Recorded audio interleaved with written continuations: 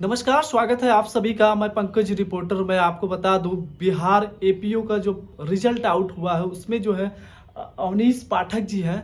और ये जो है, कौन कहता है आसमां में सुराग नहीं होता, एक पत्थर तो उछालो यारो, तबीयत से मंजिल उसी को मिलती है। सबसे पहले सर का परिचय जानने का प्रयास करेंगे। और एपीओ अभी ये मृतक आश्रित पे ये कार्यरत भी है, जॉब में भी है।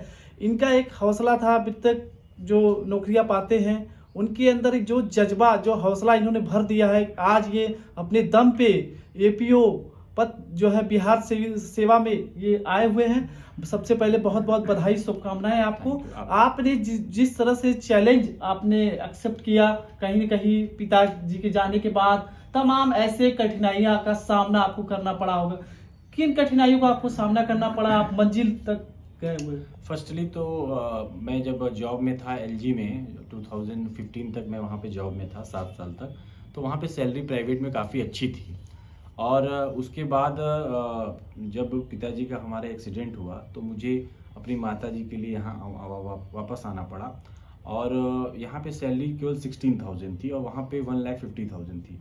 तो मुझे पता नहीं था, एक्चुअली लोगों में ये मिथ होता है कि सरकारी नौकरी बहुत ज़्यादा पेमेंट होती जी है। बिल्कुल बिल्कुल। तो इसलिए मैं यहाँ पे आया, लेकिन मुझे पता चला 16,000 ही है। तो उसके बाद हमारे यहाँ के जो अभियोजन अधिकारी लोग हैं उन लोगों ने क्या किया कि हमको मोटिवेट किया और एक मार्गदर्शन दिया। हमारे एक संदीप भैया हैं, उन्होंने मैं कहा कि आपको आगे बढ़ना चाहिए। तो उसके लिए फिर मैंने प्रयास किया। पहले मैं स्टेनोग्राफर के लिए गया, तो लेकिन मैं शॉर्ट हैंड नहीं सीख पाया। तो यहाँ पे टीडी कॉलेज में मॉर्निंग क्लास चलती है लॉ की, तो फिर मैंने यहाँ से परमिशन लेकर के अपने विभाग से मैंने जो है लॉ कंप्लीट किया। 2019 में सेकंड रैंकर भी रहा यहाँ पे।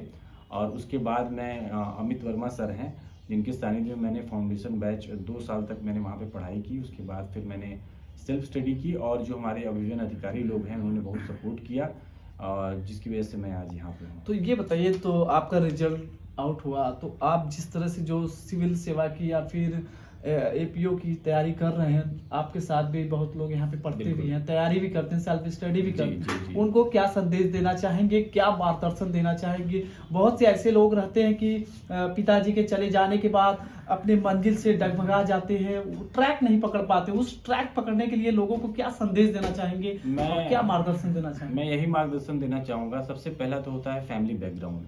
जैसे मेरी शादी हो चुकी है, मेरे 2 बच्चे हैं और मेरा लड़का बीएचयू से बीए कर रहा है इस समय। लड़की 9th में है। मेरी वाइफ ने मेरा बहुत सपोर्ट किया। और क्योंकि मैं मेरा रूटीन बताना चाहूँगा। मैं 7 से 9 मेरे मित्र हैं सत्येंद्र, उनके साथ वो सुबह आ जाते थे मेरे रूम पे। 7 से 9 हम लोग पढ़ते थे। उसके बाद क्या होता था, मैं अपने ऑफिस जाता था, ये अपने रूम पे जाते थे। फिर 12 बजे आते थे, 12 से 5 हम लोग ऑफिस में पढ़ते थे। उसके बाद 5 बजे के बाद मैं इनके रूम पे जाता था, फिर हम लोग पढ़ाई करते थे 12 बजे तक। फिर वहीं से खाना खा के मैं रूम पे आता था। तो ये एक दिनचर्या 7 साल तक चलती रही, जिसका ये परिणाम है। दूसरी चीज मैं संदेश ये देना चाहूँगा कि अगर आपकी फैमिली आपके लिए सेक्रीफाइस करती है तो आपको भी परिवार के लिए कुछ करना चाहिए। इसका अर्थ यह है कि आपको मेहनत से पढ़ना चाहिए। अगर कहीं कोई दिक्कत आ रही है तो बहुत से लोग आपको मार्गदर्शन के रूप में मिलेंगे। इसके लिए मैंने अभी मेरा जब बिहार यूपी पीसीएसजी में 2 नंबर से रुका तो मैं बहुत निराश हो गया था। और मैंने क्या किया कि अपना एक चैनल लॉ के लिए उड़ान लॉ अकेडमी स्टार्ट किया दिवाली के दिन। और काफी अच्छा रिस्पॉन्स भी मिला। मोटिवेट कहाँ से मिला जब आप 2 नंबर से जी डाउन हो गया? उसके बाद जो है मोटिवेशन देखिए, फिलहाल ये मोटिवेशन तो हमारे जो अधिकारी लोग हैं, जैसे राजदीप सर हैं, राजेश सर आने जाने पे देखने पे एक्सप्रेशन से असल में वो लोग जज हैं, तो हमको हमेशा मोटिवेट करते रहते हैं कि नहीं अवनीश तुम्हारा हो जाएगा, परेशान मत हो, चलो ठीक है, तुम कोचिंग स्टार्ट कर रहे हो उड़ान लॉ अकेडमी, तो ये भी अच्छा चलेगा तुम्हारा। और बहुत अच्छा रिस्पांस भी मिला। तो मैंने ये जो खोला है वो मोटिवेशन के लिए ही खोला है। जो भी लोग ये सोचते हैं कि मुझसे नहीं हो पाएगा, उनके लिए उड़ान लॉ अकेडमी है, जिससे उनको बहुत बहुत बहुत जो है सीख मिलेगी। जी तो ये बताइए, जब आप तैयारी करते थे कैसे पढ़ते थे, कुछ टिप्स हमारे दर्शकों को बनाने? देखिए, जॉब में रहने के कारण जॉब में रहने के बाद भी आपको समय मेरी परिस्थितियां देखिए, हाँ, जॉब में रहने के बाद मेरी परिस्थितियां अलग थी। मुझे जॉब भी करना था, मेरी फैमिली थी, 2 बच्चे थे, उनको भी देखना था, उसके साथ साथ पढ़ाई करनी थी। तो सबसे इम्पोर्टेंट जो मुझे लगता है टाइम मैनेजमेंट। टाइम मैनेजमेंट अगर आपका अच्छा है तो आप किसी फील्ड में अच्छा कर सकते हैं। तो मैंने टाइम ऐसे मैनेज किया था कि मैं अपनी ही नोट्स को मैं क्या करता था, ऑडियो में रिकॉर्ड करता था, उसको सुनते। और उसके बाद जब भी मैं ट्रैवलिंग कर रहा हूँ या कहीं हूँ, जब मैं पढ़ नहीं सकता किताब खोल करके, और अपने नोट्स को पीडीएफ में मैंने बनाया था, तो मोबाइल में पीडीएफ ओपन करता था और उसको सुन करके उससे पढ़ता था। तो कहने का मतलब टाइम तो है, आप यूटिलाइज कैसे करते जी, हैं बिल्कुल। इस पे डिपेंड करता है। तो मैं जब जॉब में रह के ये अचीव कर सकता हूँ, तो अगर कोई विद्यार्थी सिर्फ पढ़ रहा है तो वो बहुत आसानी से अचीव कर सकता है, बस वो सही दिशा में प्रयास होना चाहिए। आप ये बताइए, आप प्राइवेट जॉब छोड़ के गवर्नमेंट में आना कहीं ना कहीं चैलेंजिंग साबित। एक्चुअली देखिए वो अनफॉर्चुनेट था, मैं ना आता अगर पिताजी के साथ ऐसा ना होता। हमारे पिताजी भी अभियोजन अधिकारी रहे और मुझसे हमेशा कहते थे। पिताजी एपीओ अधिकारी रहे हाँ। और इस दुनिया में नहीं रहे, जी। लेकिन कहीं ना कहीं उनकी एक सीख मिली होगी, बिल्कुल। एक मोटिवेशनल मिला होगा लाइन। एक्चुअली जब मैंने लॉ बीए किया था तो मेरे पिताजी हमेशा चाहते थे मैं लॉ करूं और मुझसे बार बार कहते भी थे, लेकिन हमारे बड़े भैया हाई कोर्ट में प्रैक्टिस करते हैं, उनकी भी फैमिली की शादी उदी हो गई थी, हमारे यहाँ भी शादी हो गई थी, तो फैमिली के खर्चे बहुत ज़्यादा थे, तो फाइनेंशियली इशू था। तो मैंने ये किया, प्रायोरिटी थी कि मुझे पहले जॉब कर लेना चाहिए। और मेरे पिताजी से मेरी जब भी बात होती थी पहली लाइन उनकी यही होती थी, बेटा आ जाओ और तुम लॉ कर लो।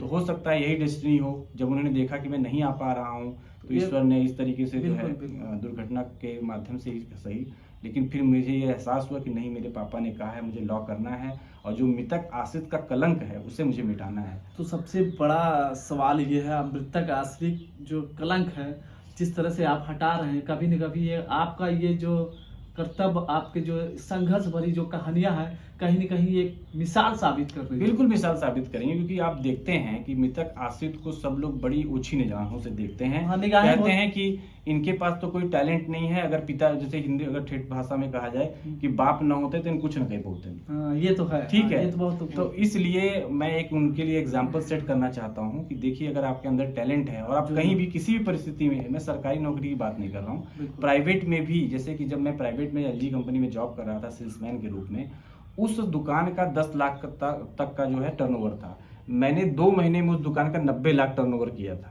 बहुत अपनी बड़ी स्ट्रेटेजी बात। होती है, मतलब सबकी तो वही चीज मैंने क्षमता- पढ़ाई में भी फॉलो किया। तो मैं यही कहना चाहूंगा, जैसे हमारे बहुत सारे मित्र हैं जो हमसे पढ़ते हैं और उनका प्री नहीं निकलता है, तो अब वो प्री निकल रहा है, मेंस दे रहे हैं, कुछ बच्चे इंटरव्यू तक पहुंचे हैं। जी।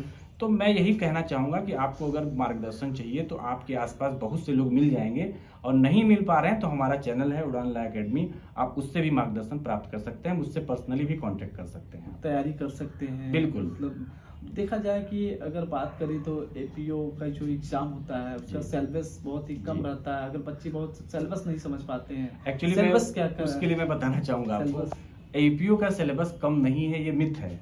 पीसीएस जैसे उससे कंपेयर कर दिया जाता हाँ, है। कंपेयर। जब आप कंपेयर करेंगे तो एक चीज बड़ी होगी, एक चीज छोटी होगी, लेकिन अगर आप सिर्फ एपीओ को देखेंगे ना तो अपने आप में महासागर है। उसका रीजन मैं आपको बताऊं, लॉ में तो बच्चे स्कोर कर जाते हैं प्री में, लेकिन उनका जीएस इतना वीक होता है कि वो वहीं से बाहर हो जाते हैं। अगर लॉ में कोई 100 में से 100, मैं आपको बताऊं, प्रीलिम्स का 150 नंबर का पेपर होता है, 100 नंबर लॉ होता है और उसमें 50 नंबर जीएस होता है। तो आप 100 में से अगर 95 नंबर भी पा गए और जीएस में आप 5 नंबर, 10 नंबर, 12 नंबर पा रहे हैं, तो आप प्री क्वालिफाई नहीं कर पाएंगे। कहने का मतलब लॉ का वेटेज तो है ही, लेकिन उसके समान जीएस का भी वेटेज है और जीएस बहुत बड़ा है। मैं यहाँ पे बताना चाहूंगा कि खान सर का मैंने जीएस पढ़ा पूरा, उनका बैच लेकर के, तब मेरा प्री निकलना शुरू हुआ। मैं उनको बहुत धन्यवाद देना चाहूंगा, खान सर को। और विधिक शिक्षा ऐप है, एमजे सर हैं, उनका भी माध्यम से मैं जुड़ा रहा। तनसुख पालीवाल सर हैं। मतलब कहने का मतलब यूट्यूब पे भी बहुत सारे ऐसे टीचर हैं जो आपको सही गाइडेंस दे सकते हैं, तो आप इधर उधर मत मोटिवेट भी करते रहते हैं। बिल्कुल बिल्कुल, कहीं न कहीं एक ऊर्जा देने का प्रयास एक्चुअली करते आप हैं। देखते हैं लोग कहते हैं यूट्यूब से मत पढ़ो, मैं कहता हूँ आपको जो टॉपिक पढ़ना है आप YouTube से पढ़ सकते हैं, बहुत अच्छे टीचरों ने वहां पे पढ़ाया है। हाँ, आपको सबसे पहले आपका सिलेबस पता होना चाहिए, किस टॉपिक पे आपको पढ़ना है। अंधी गलियों में मत भटकिए। कहने का मतलब कोई एक टॉपिक इधर से उठा ले उधर, आप सिस्टमेटिक तरीके से पढ़िए। आपको कई वीडियोस उसमें मिलेंगे, उसका नोट्स बनाइए, उसका रिवीजन करिए। सिर्फ वीडियो देख लेने मात्र से या सिर्फ कोचिंग कर लेने मात्र से सिलेक्शन नहीं होता है, रातों की नींद त्यागनी पड़ती है, तब जाके सिलेक्शन होता है। संघर्ष भरा चुनौतियों का सामना आपने किया, जिस तरह से लगातार जो है आप सेवाओं में बने होने के बाद भी आपने ये चैलेंज स्वीकार किया। कहीं न कहीं जिस दिन आपका रिजल्ट आउट हुआ उस दिन आपको कैसा 49 रैंक हासिल हुआ है? उसका किस्सा मैं बताना चाहूंगा। अधिकारी जी के पद जी पर। जी, एक्चुअली जब मेरा यूपी एपीओ के इंटरव्यू के बाद रिजल्ट मैं खुद चेक किया था, नहीं नाम मिला, बहुत निराश हुआ मैं। 21 जून को उसका रिजल्ट आया था, 2 महीने में मैं सदमे में था। तो इस बार मेरे मित्र हैं सत्येंद्र, उनको मैंने कहा कि आप देखिए, मैं नहीं देखूंगा। उन्होंने देखा और बताया कि हो गया। तो वो जो पल है, और वो पल खुशी के पल जो है उसी समय से शुरू होके अभी तक चला आ रहा है। मैं गांव गया था, वहां पे विधायक जी आए, 150 मेरे परिवार के लोग पूरा बैंड बाजे के साथ माल्यार्पण कर रहे हैं। हमारे जेडी साहब ने जो मिठाई पूरे ऑफिस में बंटवाई, मुझे बुके से सम्मानित किया। एडीजी आशुतोष पांडे सर ने मुझे फोन किया, जो यूपी के माने जाने हस्ती हैं। एक सवाल मेरा ये है जी। जो भी हमारे दर्शक ऑडियंस आपको देख रही है, कहीं ना कहीं ऑडियंस को, हमारे चैनल को क्या संदेश देना चाहेंगे और किस तरह से उनके हौसले को आगे ले जाएंगे? देखिए, मैं इसको दो तरीके से बताना चाहूँगा। एक तो मैं लॉ एस्पिरेंट या किसी भी परीक्षा की तैयारी करने वाले को बताना चाहूँगा, और एक आम पब्लिक को भी बताना चाहूँगा। तो पहले हम एस्पिरेंट्स की बात कर लेते हैं। एस्पिरेंट्स को अगर वो तैयारी कर रहा है तो सबसे पहले उसको पूरा सिलेबस पता होना चाहिए।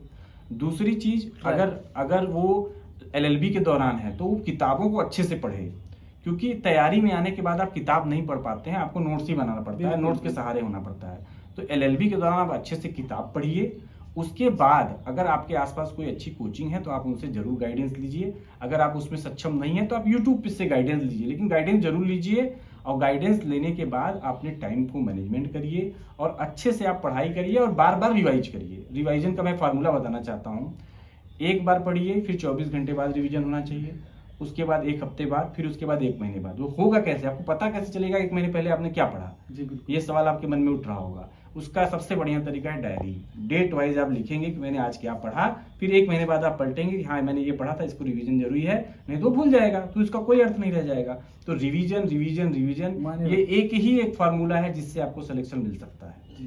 और आम लोगों के लिए मैं जो कहना चाह रहा था कि जो अदर फील्ड में भी हैं, अदर फील्ड में भी अगर आप टाइम मैनेजमेंट के साथ कार्य कर रहे हैं तो उसमें भी आप सफल होंगे।